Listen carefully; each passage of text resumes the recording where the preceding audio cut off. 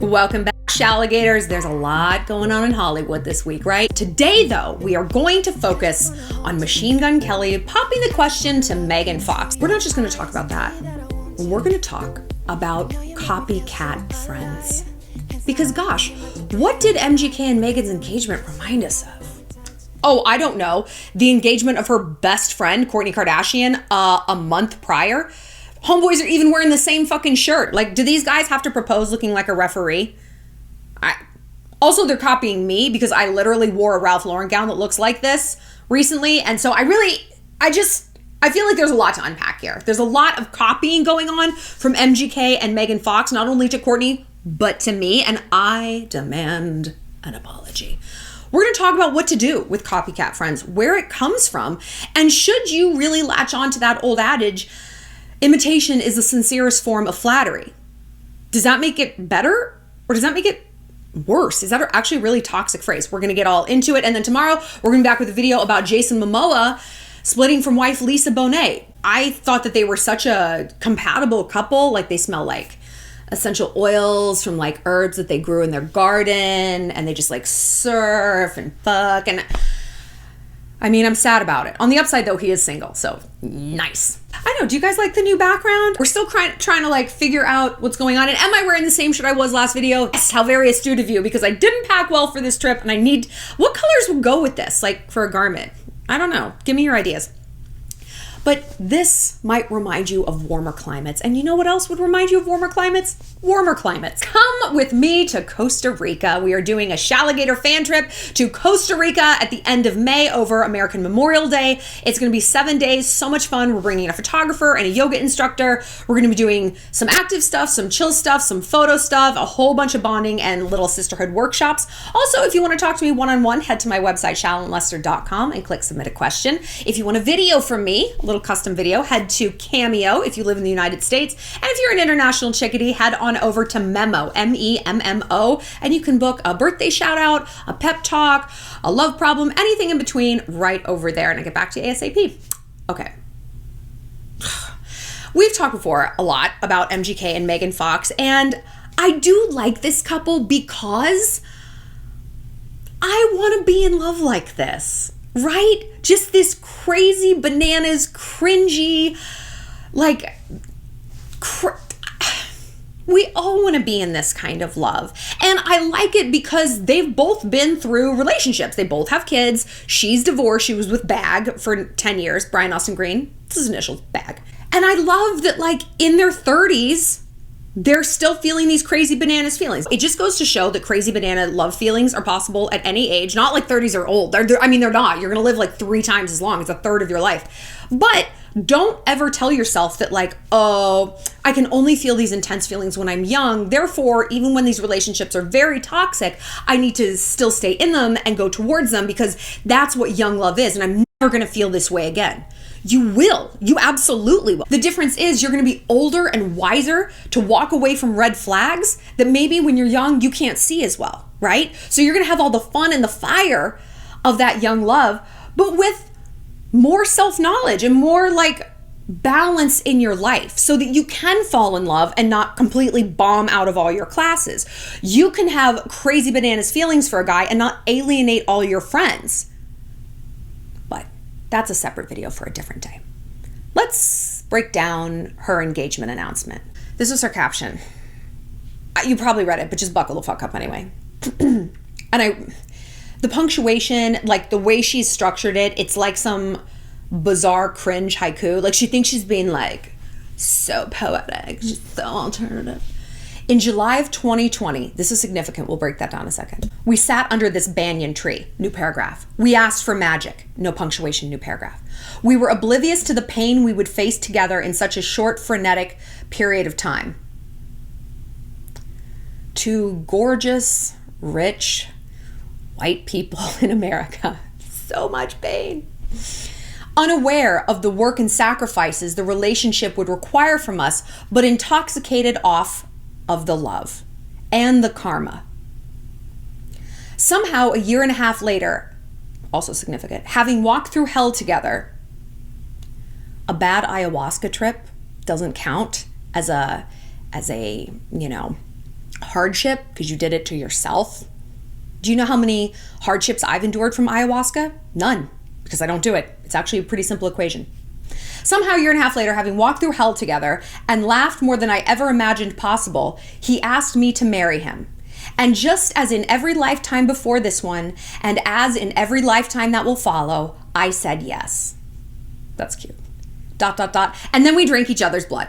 Where do we even begin with these two? Mazel tov. They're just so over the top and so obliviously in love. They are the most like tone deaf, but not in like an offensive way, just like in a cringe lord way, like a tone deaf cringe lord that you're like, do you know that this is like not normal and super weird, but you're both really attractive and you seem benign enough. So like, okay, whatever, but it is very cringy. And it always strikes me when two people who act like they're so alternative do the least alternative thing in the world and get married. Oh, we're so alt. Are you? Kurt Russell and Goldie Hawn, they're alternative. They might not look it, but they are together and they've never been married and they've been together for like decades. Those are alternative people. You guys just like went into Hot Topic, said one of everything, and you think it's super alt. Okay, whatever. So let's break this down because after all, we are talking about copycat friends here. And yeah, even down to the shirt he's wearing, this looks like Kourtney and Travis's proposal. Tropical beachy location, right? Like just the whole vibe of it. So she starts out with what? A date. July 2020.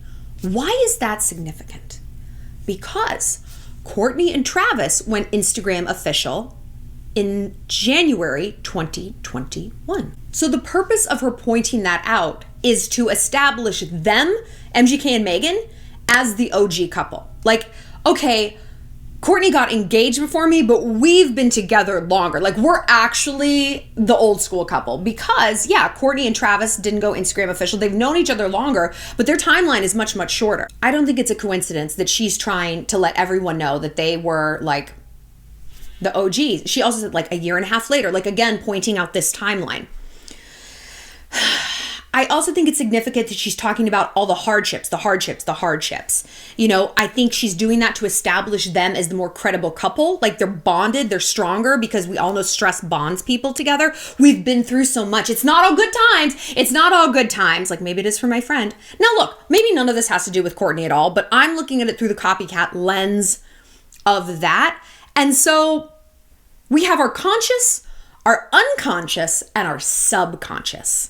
So perhaps something guiding or influencing what she's saying is a little like, fuck you to Kourtney. The other thing that stands out to us, of course, in this is the blood thing.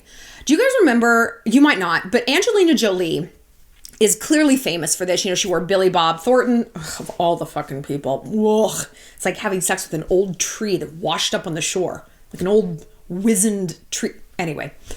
But that was not the first time she was like into weird blood shit. She would say that like her first boyfriend she had when she was a teenager, they would cut each other and like, oh, because she's like, my feelings were so intense. I had to manifest them physically. Like I had to feel more like the pain of cutting each other and like stabbing each other. I don't know, fucking weird.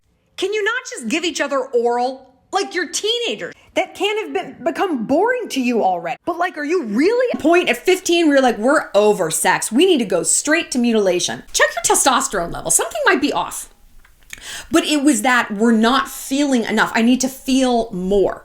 So when they talk about drinking each other's blood and going on these bizarre ayahuasca trips and walking through hell and back and who even knows what, it echoes the same thing. It's like, you're not feeling enough. Love actually might not be enough for you guys. Like you have to constantly ratchet up what love is, whether it's getting matching manicures, letting the other person dress the other person, slicing each other open, drinking the blood, going on a trip, like a trip. Are you actually happy in this relationship? Or is just like the baseline of what love is not enough for you? Why? What kind of deficit is going on inside? And we talk about these kinds of deficits. We talk about them most notably when we talk about women who always go after taken men, because like their emotional deficit is so big. They're bankrupt. They're in the red. They're overdrawn. That just getting a man doesn't There's not enough juice there. They have to take a man from someone else. Oh, all right. It's like they're chasing this dragon, this high all the time. And you have to constantly increase the stakes in order to get that rush. And I see that with Megan and MGK. And with chicks who go after taken dudes, we can acknowledge it's from a place of incredibly low self-esteem, you know, or hatefulness towards other people who appear to be happier than you also relates to low self-esteem, right? You hurt people. So could that be applicable to Megan and MGK? Maybe. What I see from her is a woman who is almost entirely ruled by regret. Regret? Yeah. She was with Brian Nelson Green, douchebag, for 10 years. She basically stepped completely out of the spotlight. Her career went nowhere, right? I mean, she's always been beautiful. She was raising 3 kids. Cool.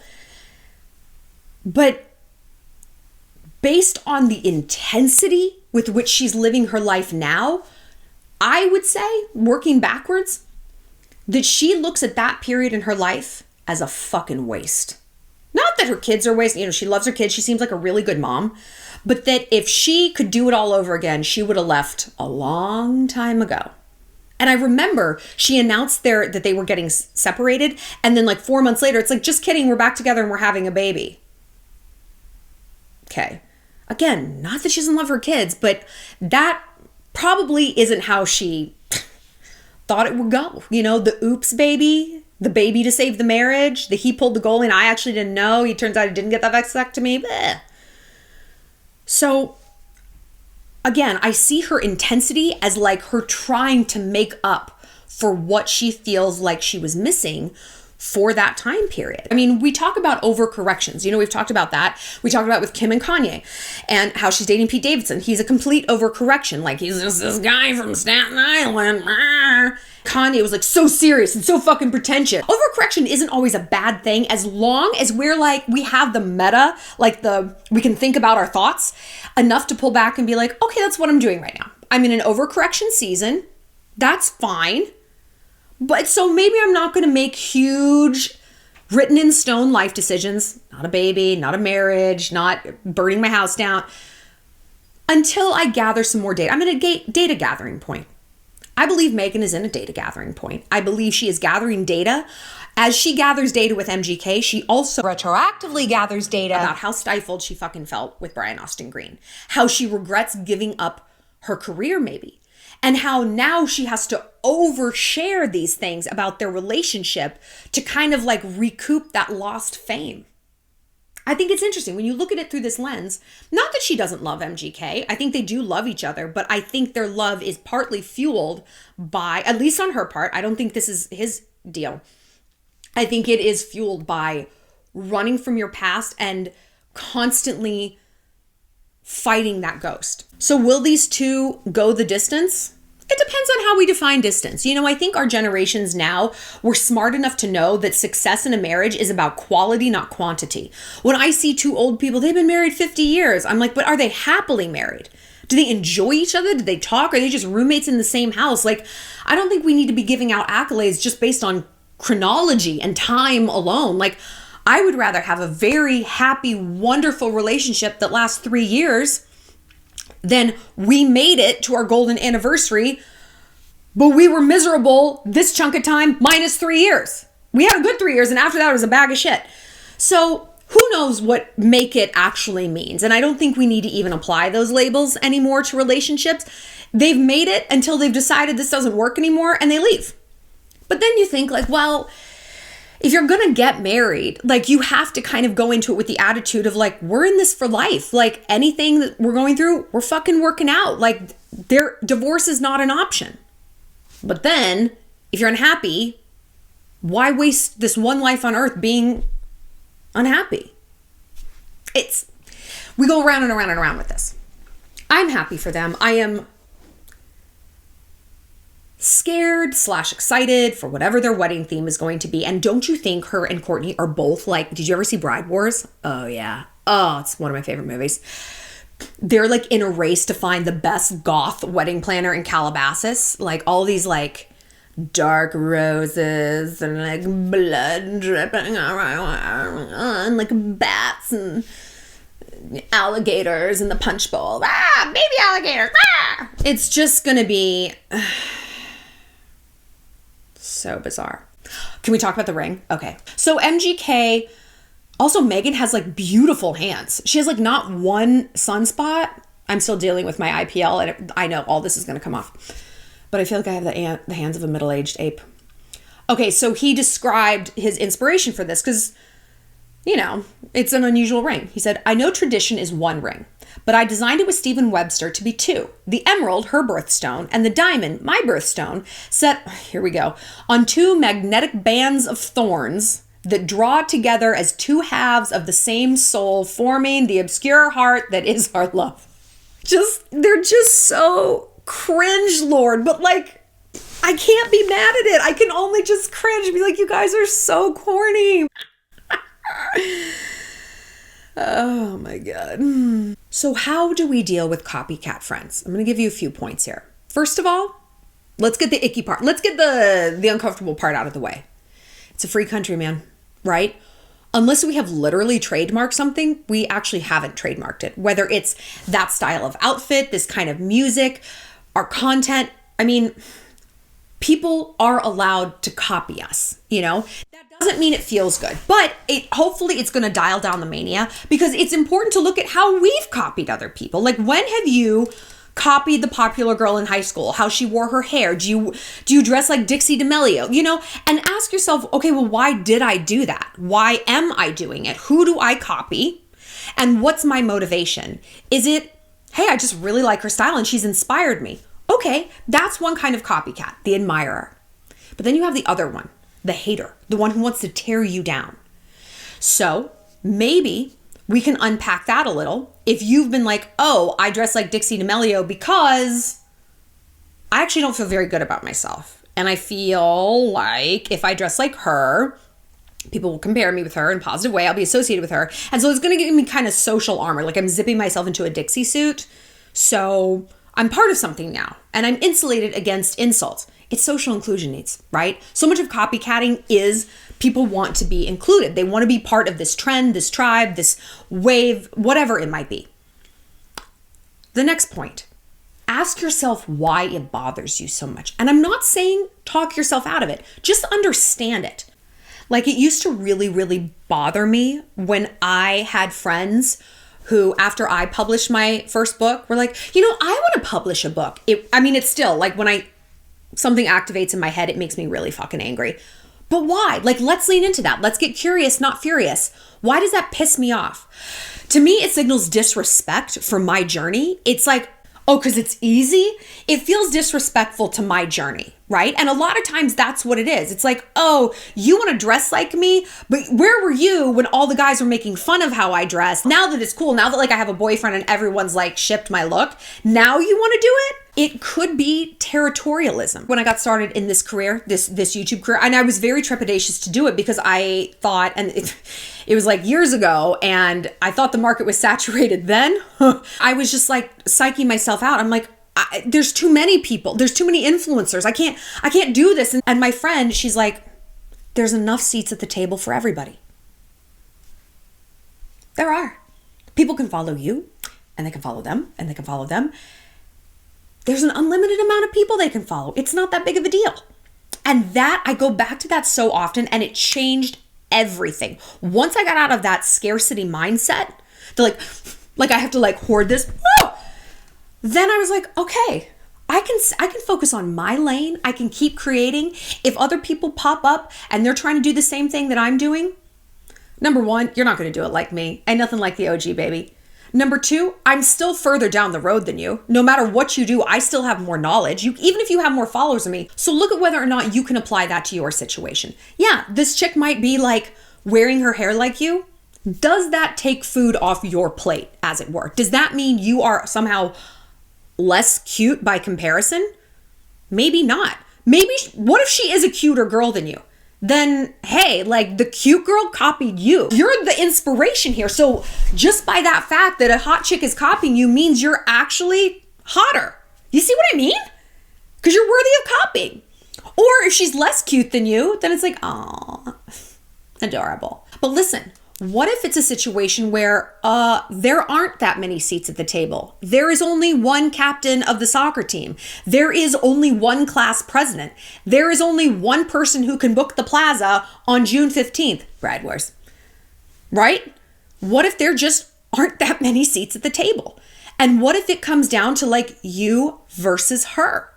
Okay, well again, let's go back to the logic. Do you have more experience? Like, have you already run for office at school and so you're probably going to win the election? Are you a better soccer player and you're probably going to be team captain? Or if you're not, okay, can we consider this healthy competition? Because you know what? In anything that we do, there is going to be competition. There is. And if we think people are just going to back off from our lane all the time to give us room, that's just not how humanity works. So we have to learn to step it up, level up, and use that competition, that challenge as a slingshot into a higher level, and to sometimes work harder, you know? Like it's hard times that makes the diamond. But that's all well and good for a stranger. I mean, we can accept that there's strangers who are going to be competition, other girls on the soccer team, this random kid running for class president, whatever. But when it's your friend, how can it not feel so personal? How can it not feel like, again, like I said with the book thing, so disrespectful to your journey and your hopes and dreams? Or like, even if it's something like you guys always like the same guy, you'll like a guy and then she'll be like, oh, I like him too. And she'll throw herself at him, suck his dick at a party. And you're like, really, Hannah? Really? One of my friends, hi Renata, she said that she had a friend who did this. So she'd have like a decoy crush. She'd be like, oh no, I like Juan Carlos.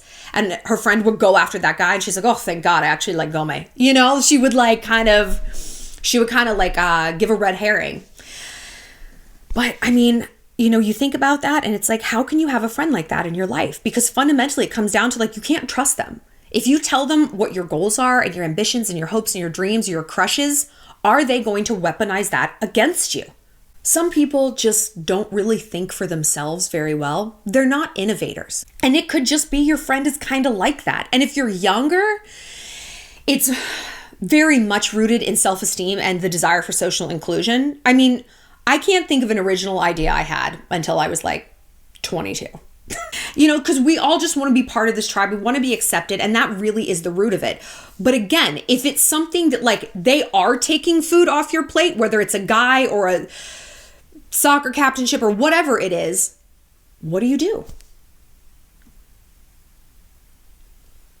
I think it's okay to have a conversation with them. Ugh, I know. What a horrible conversation. But look, moments like these are going to come up throughout our life, and that is just the ugly truth. Whether it's some bitch at work taking credit for your work and the project you helmed, or someone getting into your lane in another way, or flirting with your boyfriend, truly, the most valuable skill we can have in life is being good at confrontation and taking the malicious undertones out of the word confrontation. If we can truly get good at it, that's the root of business, negotiation, politics, parenting, you know?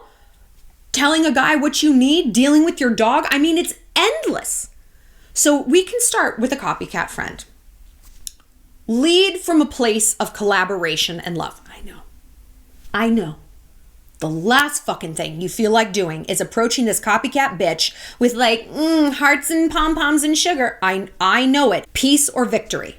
Peace or victory. If it's a friend, I would assume you're after peace. You want a relationship where, yeah, you inspire her, but she's like got her own thing going on. Like, okay, if it is victory, if you're like, no, I want to crush her and tell her this isn't okay, it's time to just be done with the friendship. Right? I mean, there's nothing there for you anymore. If that is your attitude, if you have a warlike attitude towards someone in your inner circle, they should not be in your inner circle. Because if that's how you define a friend, how do you define an enemy? I mean, that sounds like an enemy to me. I can't trust them and I want to destroy them. That is not how I define my friends. And it's okay to be like, hey, the season has ended. She crossed one bridge too far with me. Maybe it's the outfit, the boy, the wedding date, whatever. I got to be done with this. If that's the case, I don't know. It's like I always go back and forth about a friend breakup. Like, should you sit someone down and be like, I can't be friends with you anymore because of this, and you're doing that? On one hand, they will very easily gaslight you like, oh, I'm sorry. Do you own soccer? Do you own student council? So no one can do it because you're doing it? Do you remember the time you joined swim team because I was on swim team and we could swim together? I didn't have a fucking freak out about that, but now... And it's like, oh, I'm sorry. I didn't decide when MGK was going to propose, but somehow this is my fault and you can't be friends with me anymore? Grow up. You didn't like copyright weddings. And they've got a point. And you don't want to end this feeling like the bad guy or having them say you're the bad guy. It's like, oh, she said I was copying her. Whoa. I played soccer my whole life and now like only she can go out for team captain. So it's better to just distance yourself. And I know, I just gave you the spiel about confrontation. But confrontation is only good if it's working in your favor. Peace or victory. Are you getting a peace for yourself, for your long-term strategy, for your brand, for your relationship by doing this? And if the answer is maybe not, maybe it's going to lead to a lot of rumors and a bad reputation, then distance yourself. Throw out those decoy things. Be a little more judicious about what you tell people. Like, I think we've all learned the hard way about telling too many people about like a guy. And then is there anything worse than having to unwind it? It's like, oh my God, how's James? And you're like, I forgot I told you about that. Yeah, no, I haven't heard from him in 2 weeks. And you told like everyone, like the dog groomer, the dry cleaner, your mom, your second cousin. And you're like, okay. It's okay to keep things a little closer to the vest. And as we get older, we are much more judicious about this because we don't want to jinx things. We don't have to explain to 50 people why that didn't work out. We didn't get the job. We didn't get in, whatever. This could be good practice. But what if, like we were saying, your goal is peace? This is your friend. This is your coworker. You want her to do well at your job, but you don't want her to do your job. Or you can see that it comes from a place of insecurity. And so much of the time when you guys message me, you can see that, you know it, but it doesn't help ameliorate how angry you are about it. And I get it. Like, just because we understand why someone's being a dick doesn't mean it's okay. I understand why a drunk driver hit somebody. It's not okay. And again, the last thing you probably want to do when you're like incensed and inflamed about something is like meet someone with love. But look, you can be right or you can be happy. You can be righteously angry that she's copying you. Is that going to lead to a healthier, happier friendship overall? Probably not. And what's our long-term strategy? Oof. Patience is very frustrating, right? But usually it leads to a better outcome than being reactive. If something feels good in the moment, don't do it. Don't do it. It's not going to get you where you want to go. Let's say it's a friend who's copying your style, right? You can go out with them. You can dress them up in totally different kinds of outfits and be like, oh my God, those cowboy boots and Wranglers, you look fantastic. Get another Carhartt jacket over here, right? You can boost their self-esteem by giving them that red herring, pushing them in another direction. Because again, it's usually fueled by low self-esteem. They're glomming onto you because you seem like you have it all together. Again, flattering, but also very fucking annoying. Like, now their problems are your problems. I don't like it, right? And so if you can nudge them in that direction, okay. But what if it's something bigger? So let's go back to the example of when I wrote my first book and I had a friend, several friends, but one in particular being like, I want to write a book. I still remember it. It got under my skin so fucking hard. It made me insane. So I sat her down and I'm like, Lauren, you want to write a book? Yeah, I do. Yeah. And I helped her unpack it. I was like, why? Why do you want to write a book? Do you have like a story inside you that you want to tell? And she's like, she didn't have a huge answer. No shit, because she'd never shown any interest in it before. She showed almost no interest in my book that I was writing. She wasn't like, oh, I'm so engaged in this process. And so I was like, okay, well then why are you saying it? I'm like, because listen, I'm going to be honest with you. You've been front row center for how hard I've worked to do this. Like working nights at the restaurant and writing during the day and blah, blah, blah. Like, it feels odd that as I'm like at the finish line, you decide this is your big dream too, and it feels copycatish. And if this truly is what you want and this is like the dream that's in your heart, okay, like I'm going to be super supportive. But I just think it's odd I've never heard about this dream until it's time to celebrate me. Now suddenly this is your dream. So like, what's going on? What's going on here? See if you can get them to have a little bit of self-awareness, right? And I led the horse to the water and she drank a little. It was like, well, I just feel like finance isn't for me and I don't like know what else to do. And so I would like to do something creative. So, okay, like why not write a book? Like Shallon did it. That was offensive. Like, oh, dummy Shallon. If Shallon could do it, I can do it. I let it go. I let it go. But I'm like, okay, you want to do something creative. Great. What about like an improv class or a creative writing class? Like you don't need to jump straight into the deep end and say, I'm going to write a book. It's really fucking hard, which I know you know because you've been watching me go through it for the last 8 months, right? So maybe there's a way to scratch that itch that isn't doing exactly what I'm doing. You know what I mean? And let's think about what other industries you could work in besides finance.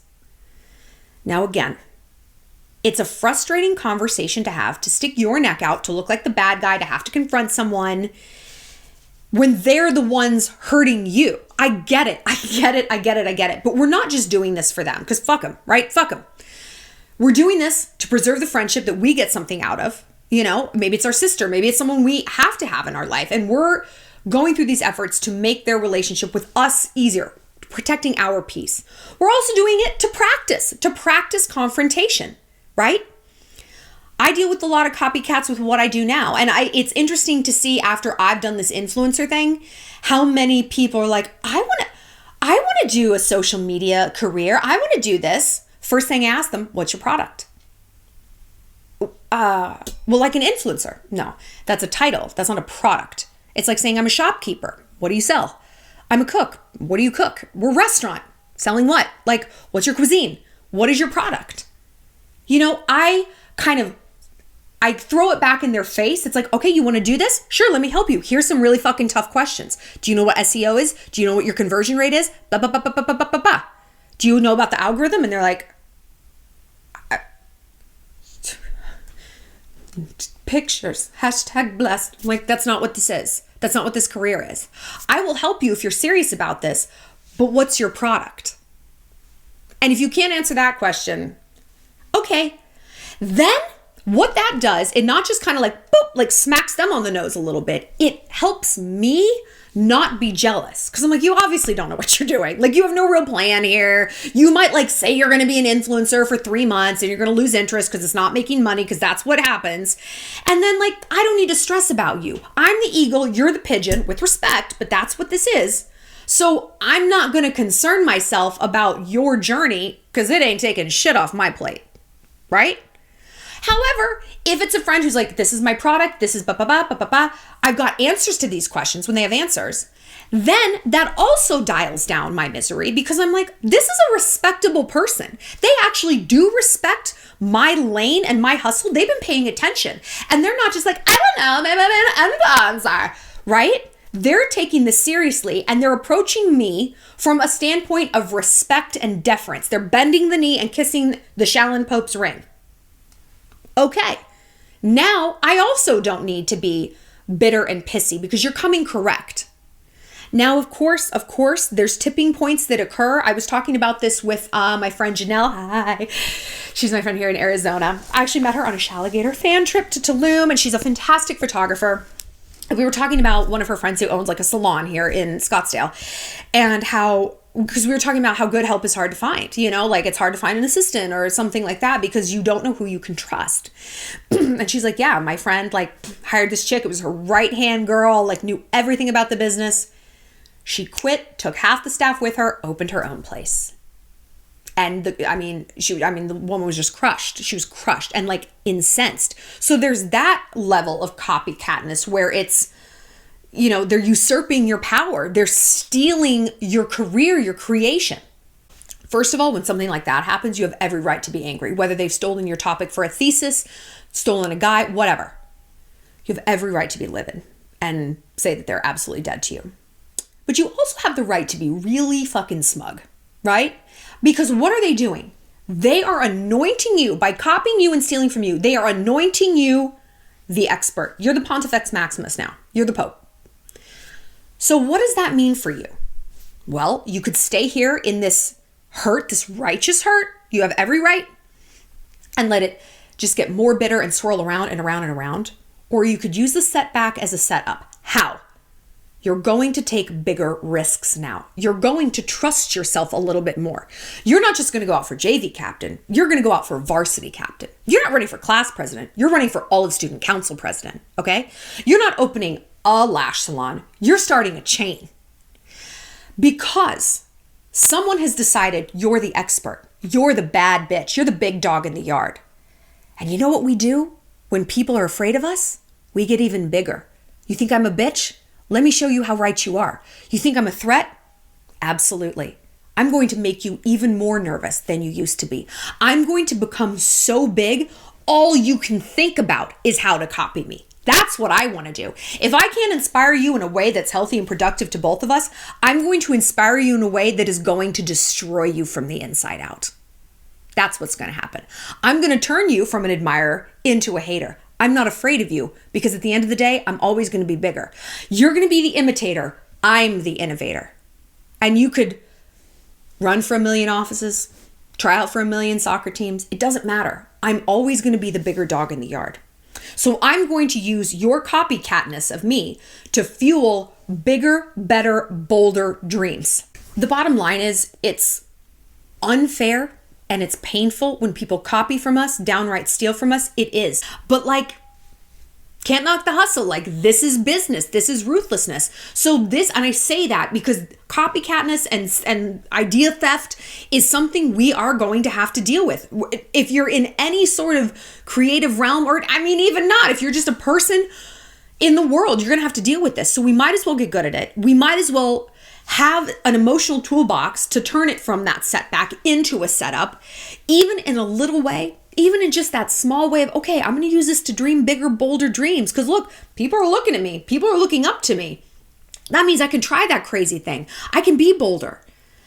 It's not going to cancel out how much it hurts. It's not. And it's not going to cancel out that it's unfair. And you might be in for a long road to get to the point where you're like, that was actually a good thing. And you know what? You might never get there. You might never 100% think, you know what? I am so glad that happened. But maybe you can get there 20%, 50%, 80%, any percent to get some of that feeling of power and autonomy back. And maybe that's all the return on investment I'm going to have from that. And there is going to be the sadness. There is going to be the bitterness and the trauma. And that's just part of life. And we have to get comfortable in those sad feelings and know that, hey, even when we're sad, even when something's a bad break, we do have that toolbox to make it as good as we possibly can. And maybe it's 80% we can get there. Sometimes maybe it's only 10 or 20. That's all right. That's all right. It's not about totally erasing the pain from it. It's about learning to maximize and wring out the good that we can and deal with the rest and keep on moving. Knowing that, hey, if there's another bad break around the corner, now we've got more of a toolbox. We've got more data. We've got more practice. We're more adept at finding the silver linings for things. And that's really all we can do in life. We can't always insulate ourselves from the bad things that are going to happen, but we can get better at turning them into something sort of, kind of pretty good. So what do we think is going to happen with Megan and Kourtney? I'll see you later, Shalligators. Don't forget to sign up for our Costa Rica trip if you want to come and wear a bikini and hang out with me. It's going to be so fun. And like I said, if you have a love question you need some help with, head either to my website, shallonlester.com, or on over to Cameo for a custom video, and memo.me if you live outside the US. I'll see you later, Shalligators.